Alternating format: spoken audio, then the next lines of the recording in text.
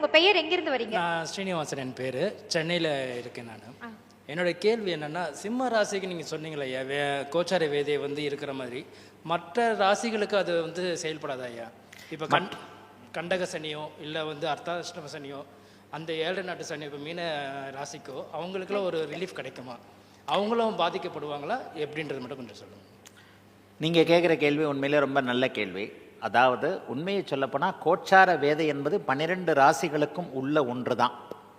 இதில் வந்து 12 ராசிகளில் கடுமையாக பாதிக்கப்படக்கூடிய அமைப்பு என்னென்னா அஷ்டமச்சனி அமைப்பு. இந்த அஷ்டமச்சனி தான் ஹாரிபிள். 7.5 சனி கூட கிடையாது.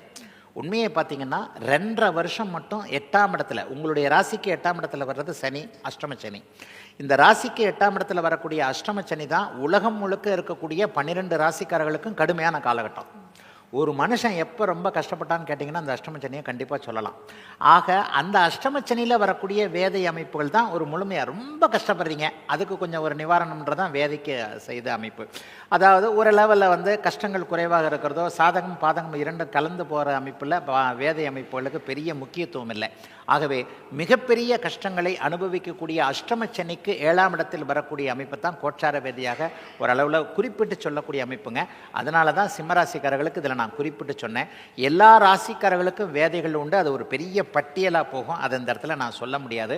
ஆனால் கஷ்டப்படக்கூடிய அமைப்பில் இருக்கக்கூடிய அஷ்டமச்சனியை வரக்கூடிய சிம்மராசிக்காரர்களுக்கு 1.5 வருடங்கள் அதிலிருந்து ஒரு பாதுகாப்பு கிடைக்கிறது வேதையின் அமைப்பினால. ஒரு பெரிய அமைப்பு.